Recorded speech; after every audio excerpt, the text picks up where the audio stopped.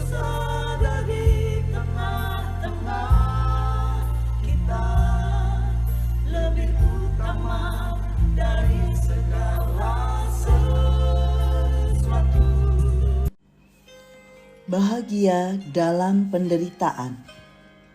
Berbahagialah kamu jika kamu dinista karena nama Kristus, sebab roh kemuliaan, yaitu roh Allah, ada padamu. 1 Petrus 4 ayat 14. Sahabat Iktus, siapa saja dapat mengalami penderitaan, termasuk kita yang berpredikat Kristen.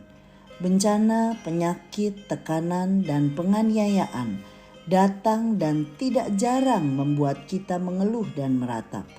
Jika penderitaan karena dosa atau kesalahan kita, maka itu dapat dipahami sebagai hukuman. Tetapi jika bukan karena dosa kita, lalu apa istimewanya menjadi orang Kristen?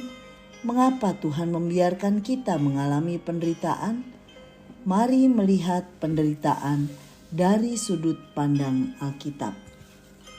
Rasul Petrus memikirkan dua jenis penderitaan. Jenis penderitaan yang pertama sebagai ganjaran atas dosa. Bandingkan ayat 15 dan 17. Jenis penderitaan yang kedua ditunjukkan melalui ungkapan karena nama Kristus ayat 14. Sebagai orang Kristen ayat 16. Karena kehendak Allah ayat 19. Kita perlu memiliki cara pandang dan sikap yang benar terhadap penderitaan itu. Dua hal inilah yang membedakan orang-orang Kristen dari dunia. Situasi kita boleh sama, namun cara pandang dan sikap kita harus berbeda. 1. Menderita karena nama Kristus ayat 14. Orang Kristen bukan hanya harus bersabar, tetapi bersukacita karena diberi hak istimewa untuk mengambil bagian dalam penderitaan Kristus ayat 13. Penderitaan Kristus berarti penderitaan demi keselamatan manusia. Istilah berbahagialah digunakan dengan alasan karena kamu memiliki roh Allah yang akan menguatkan dan menghiburmu, bahkan membawamu melalui semua kesukaran, mengangkatmu dan memeteraikan dengan kemuliaan kekal ayat 14. 2. Menderita sebagai orang Kristen ayat 16. Pada zaman itu sebutan orang Kristen, Kristianos, seringkali adalah ungkapan ejekan.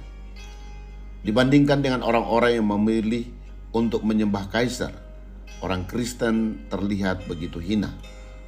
Ayat 16 menyatakan, janganlah ia malu jika karena ketaatan kepada Kristus seorang menjadi berbeda dengan dunia.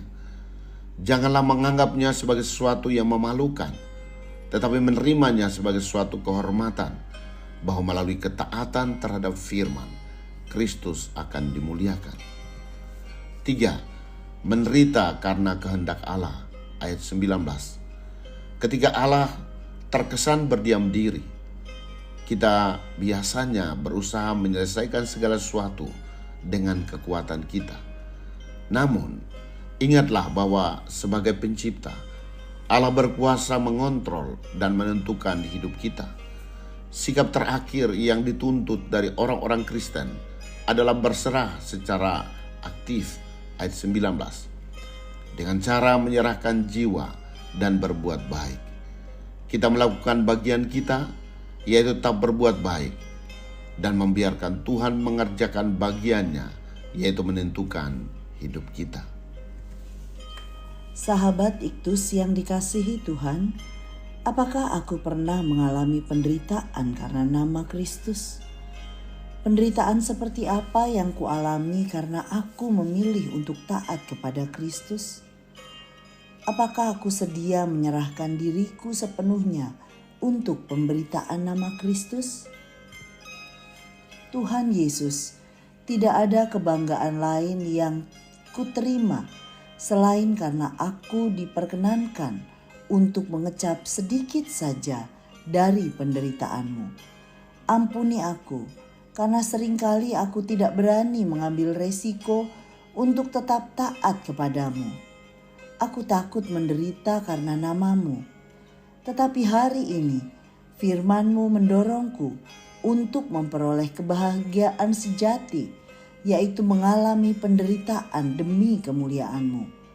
Aku berdoa untuk para utusan Injil-Mu, mereka yang telah menyerahkan diri demi pemberitaan Injil di ladang yang penuh resiko, agar mereka tetap berkobar untuk mempersembahkan jiwa demi kemuliaan-Mu. Amin. Penderitaan ini tidak dapat dibandingkan dengan kemuliaan kekal yang telah disediakan Tuhan bagi kita.